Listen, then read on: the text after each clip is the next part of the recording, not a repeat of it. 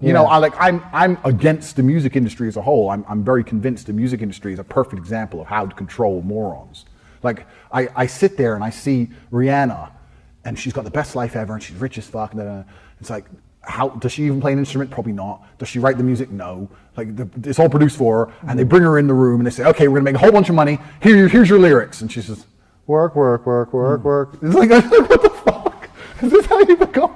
Like, it's crazy. And then it's kind of sold to people as this, you know. And they'll play it on the radio so many times, everyone likes it regardless. Yeah. And then people will buy it, and then she'll go do a concert, and there'll be people in that crowd like she's Jesus. And I'm just sitting there thinking, I've never been to a concert in my life, but I'm just like, what the fucking, she didn't even play an instrument. Like, what the fuck is this? You can listen on YouTube for free. Like, has the world lost its mind? But this is the world. And like you said, no one gives a shit about the important stuff. Everyone's concerned with this absolute garbage. And it's a big tapestry, it's a web, but you know, for the same reason you externalize your problems, it's the same reason you idolize someone else or externalize your happiness sources.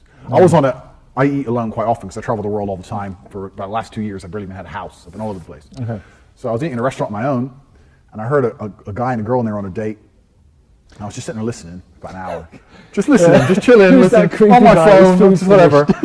And they were talking for an hour, and everything they spoke about as they got to know each other was the absolute achievements of other people. Well, I like this band. Oh, I like that band too. Or have you ever been here? Like, everything they talked about, nothing was I've done this or I want to do this. It was, have you seen this movie? What do you think of this? Or and it was just everything everyone else has done. And it's amazing that if you were to make a movie about that person's life, they're not even the main character in their own fucking life. They're just the consumer of everyone else's achievements.